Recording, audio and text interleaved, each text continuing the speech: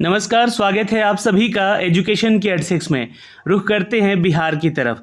बिहार से आने वाली अपकमिंग वैकेंसीज के बारे में इस वीडियो के माध्यम से हम चर्चा करेंगे और खासकर उन बहाली की प्रक्रिया के बारे में चर्चा करेंगे जिनका कि बेसब्री से छात्र इंतजार कर रहे हैं। अमीन की रिक्रूटमेंट को लेकर भी लगातार सवाल पूछे जा रहे हैं, तो यहाँ पे किस विभाग में अमीन से लेकर मल्टीटास्किंग पदों पर बहाली की प्रक्रिया होने वाली है, कौन कौन से पद पे बहाली की प्रक्रिया होगी यहाँ पे, और वो संविदा के आधार पे बहाली होगी। तो ये चीज़ें मैं आपको एक न्यूज़ के माध्यम से अपडेट करने जा रहा हूँ, तो वीडियो को अंत तक जरूर देखिएगा। बिहार दरोगा पद 2019, देखिए जो 2019 की वैकेंसी है उसमें कुछ ऐसे छात्र हैं जो कि चयनित छात्र हैं जिनका सिलेक्शन हो रखा है और वो जो है परिचारी के पद पर यहाँ पे चयनित हैं, लेकिन उन छात्रों के लिए एक नोटिस भेजा गया है और ये ऑफिशियल नोटिस है क्योंकि इन लोगों को घर पे भी सारा अपडेट दिया गया था कि आप लोग आइए ज्वाइन कीजिए, लेकिन इन्होंने ज्वाइन नहीं किया है। इसलिए न्यूज़ के माध्यम से, न्यूज़पेपर के माध्यम से इनको एक अपडेट दिया गया, अगर ये ज्वाइनिंग नहीं करते हैं तो इनकी जो सदस्यता है यहाँ पर इस बहाली की प्रक्रिया को लेकर उसको स्थगित और रद्द कर दी जा सकती है। और फिलहाल बिहार सिपाही और दरोगा के नियमों में कुछ बदलाव किए गए हैं।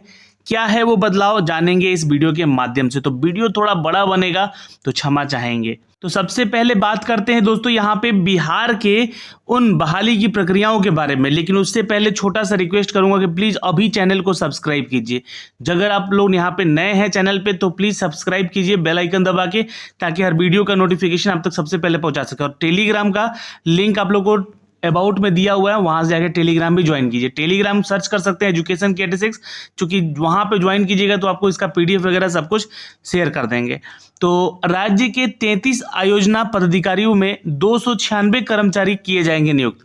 तो ये आयोजना पदाधिकारों का क्या है विवरण यहाँ पे दिया गया, तो पूरे राज्य भर की बात की गई है, जहाँ पे प्लानिंग अथॉरिटी जिसको हम लोग आयोजना पदाधिकार कह रहे हैं, तो इन प्लानिंग अथॉरिटी को मजबूत करने के कार्य को तेजी लाने के लिए करीब 296 यानी कि लगभग 300 पदों पर संविदा से ये नियुक्ति की जा रही है। कॉन्ट्रैक्ट बेसिस जॉब होगा आपका, और यह बहाली ड्राफ्टमैन का हो सकता है, जीआईएस एक्सपर्ट का हो सकता है, अमीन की रिक्रूटमेंट हो सकती है, आईटी मैनेजर का पोस्ट है यहाँ पे, कंप्यूटर ऑपरेटर का पोस्ट है यहाँ पे, मल्टीटास्किंग स्टाफ के पदों पर ये बहाली की प्रक्रिया की जाएगी।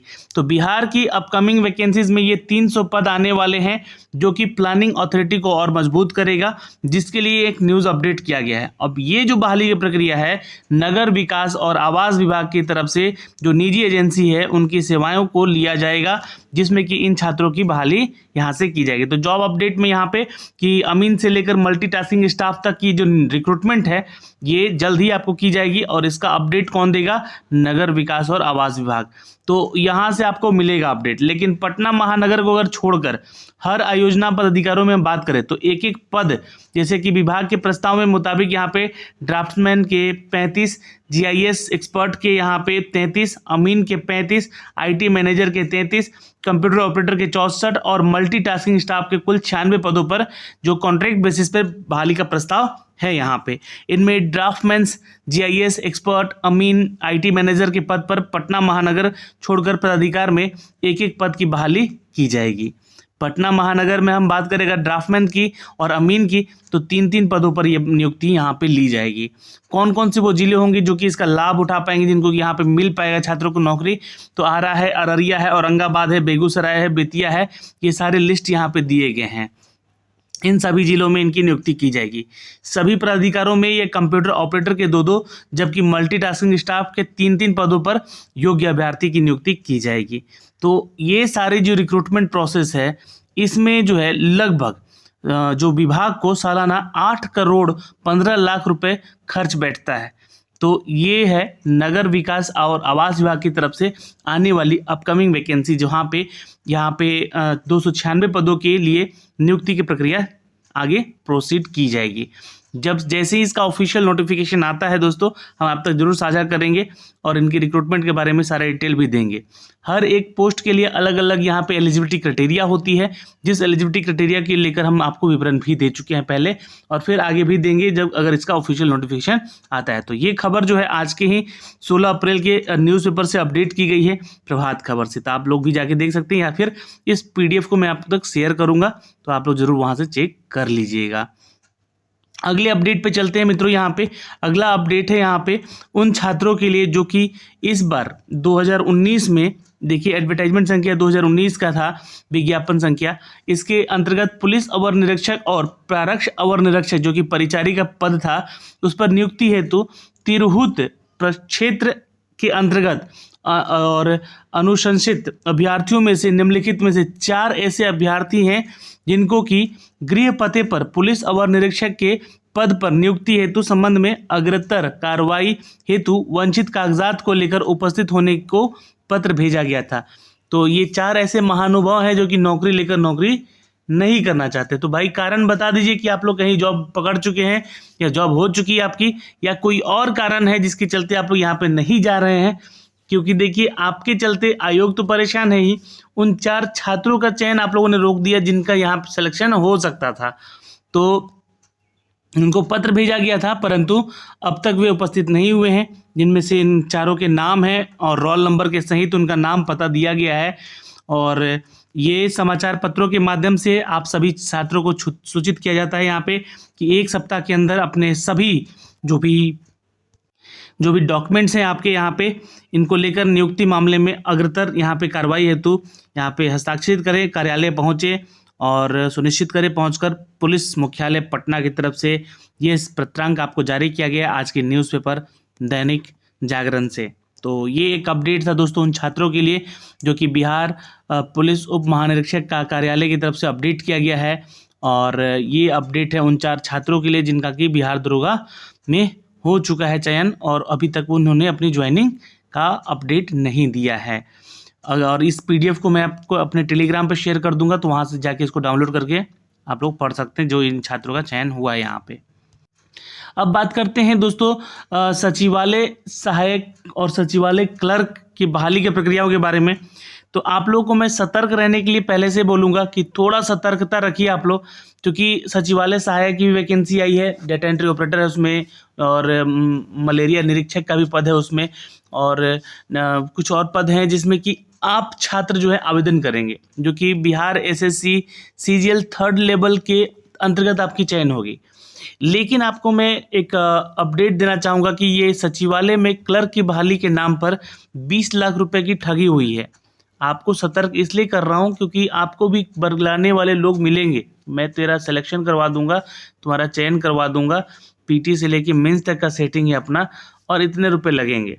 और वो आपसे ना हर बार कभी 10,000, कभी 20,000, कभी 50,000, कभी 1 लाख, ऐसे कर करके आपसे पैसे लेता जाएगा। और अंततः आपको पता चलेगा लास्ट में कि आपसे ये लगातार पैसे लेते गया है, और इस काम के लिए तो उस काम के लिए, और लास्ट में आपका चयन नहीं होगा कहीं भी, या फिर ऐसी बहाली की प्रक्रिया को लेकर वो कभी आगे बोलेगा ही नहीं और गायब हो जाएगा। दीघा थाने का मामला है ये, और जहाँ खुद को भोजपुरी फिल्मों का प्रोड्यूसर बताने वाले उपेंद्र कुमार गिरी ने सचिवालय में क्लर्क बनने के नाम पर 6 युवकों से 20 लाख रुपए ठग लिए। हालांकि उसने ठगे हुए युवकों को बताया था कि CRPF जवान से उसकी मित्रता है और वही नौकरी लगाने का काम कराता है। उपेंद्र ने युवकों को इस जवान की तस्वीर भी दिखाई है। तो देखिए, मैं आयोग से और सरकार से विनती करूंगा अपने इस वीडियो के माध्यम से कि आप जो आपके कर्मी हैं, पुलिस कर्मी हैं, चाहे वो किसी भी बल में हो, है ना, उन पे थोड़ा सा नज़र रखिए, क्योंकि वो लोग चयन हो जा रहे हैं और वो लोग ही अंदर अंदर सेटिंग करवा रहे हैं लोग। ये बहुत जगह, क्योंकि अभी कुछ दिन पहले होमगार्ड वाले कुछ लोगों को पकड़ा गया जो कि बिहार दरोगा में सेटिंग करवाते थे, बिहार सिपाही में सेटिंग करवा रहे थे।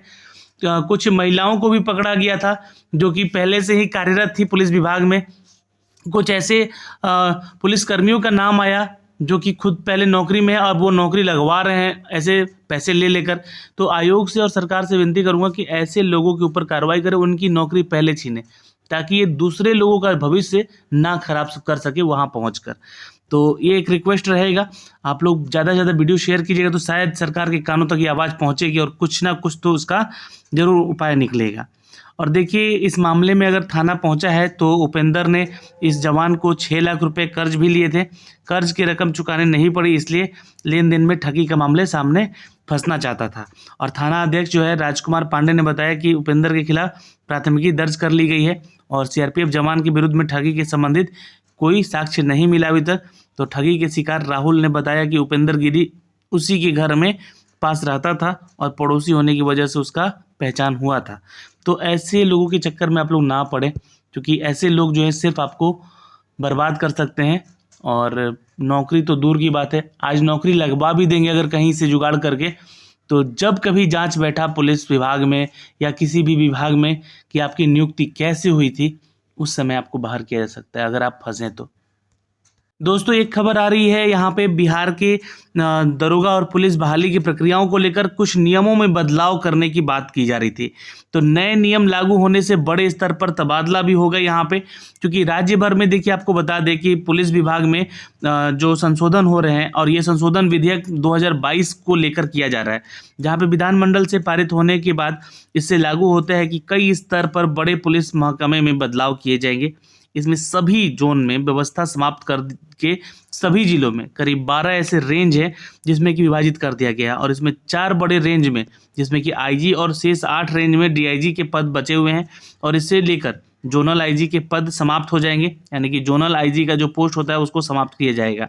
और इसके अलावा जो है नए प्रावधान के तहत यहाँ पे इंस्पेक्टर से लेकर सिपाही तक के पुलिसकर्मियों का तबादला भी इधर से उधर नहीं हो सकेगा। तो यहाँ पे देखिए, एक जिले में 5 साल तक ही जो बहाली के कर्मी होंगे, जिसमें कि दरोगा से लेकर सिपाही से लेकर इंस्पेक्टर तक के पद हैं, उनकी बहाली की प्रक्रिया जो है ये मतलब तबादले की प्रक्रिया जो है ये रोक दी जाएगी। मतलब कि एटलीस्ट आपको 5 साल तो वहाँ पे देना पड़ेगा जिस जिले में आप हैं अगर। तो इसको लेकर पुलिस कर्मियों का कार्यालय एक जिला में 5 वर्ष तक के लिए रेंज रखा गया है और 8 वर्ष और इकाइयों की समेकित रूप से 8 वर्ष का भी होगा। इसके पहले इसका तबादला 10 साल पे हुआ करता था। तो पहले ये जो प्रक्रिया थी 10 साल तक की चलती थी, मतलब 10 साल तक एक जिले में आप रह सकते थे। और जिले में बहुत सारे थाने होते हैं, तो इन थानों में हर 6 महीने और साल भर के अंदर इनका ट्रांसफ़र करना जरूरी था। तो अब जो है ये 12 रेंज है और विभाजित किया गया है सभी जिलों में। पुलिस महकमे में ये बदलाव करने का जो कारण है, ये भ्रष्टाचार को समाप्त करने को लेकर ये बिहार पुलिस संशोधन विधेयक 2022 को लागू किया गया है। और बहुत सारे आईजी और डीआईजी के जो पद हैं यहाँ पे, उसको भी लेकर समाप्त करने की बातें की जा रही है। तो ये एक न्यूज़ अपडेट था दोस्तों, जो कि मैंने आप तक पहुंचाने का प्रयास किया, क्योंकि इसके कारण आप लोगों के जो तैयारी हो रही है बिहार दरोगा या सिपाही की लेकर बहाली की प्रक्रियाओं को लेकर, तो इन सब का नॉलेज आपको भी होना ज़रूरी है यहाँ पे। तो ये सारी डिटेल थे दोस्तों। अब आने वाली वैकेंसीज के ऊपर अगर हम बात करें तो बिहार के विश्वविद्यालयों में एक्सपीरियंस के आधार पर यहाँ पे प्रोफेसर्स की नियुक्ति सीधी भर्ती होने वाली है।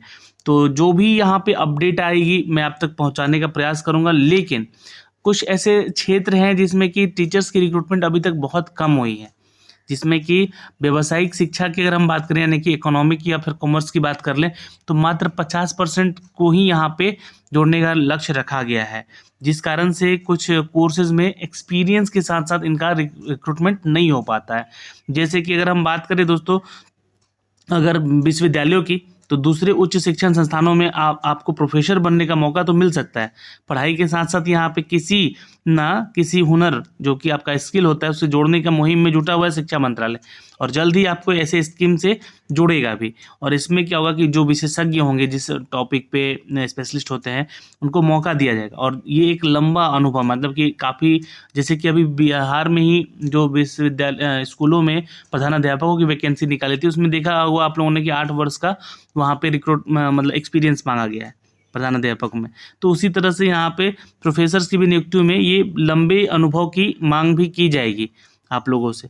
तो इसलिए यहाँ पे ये नई वैकेंसीज जो आएंगी विश्वविद्यालयों में, ये अनुभव के आधार पर हो सकेगी और प्रोफेसरों की नियुक्ति यहाँ पे की जा सकेगी।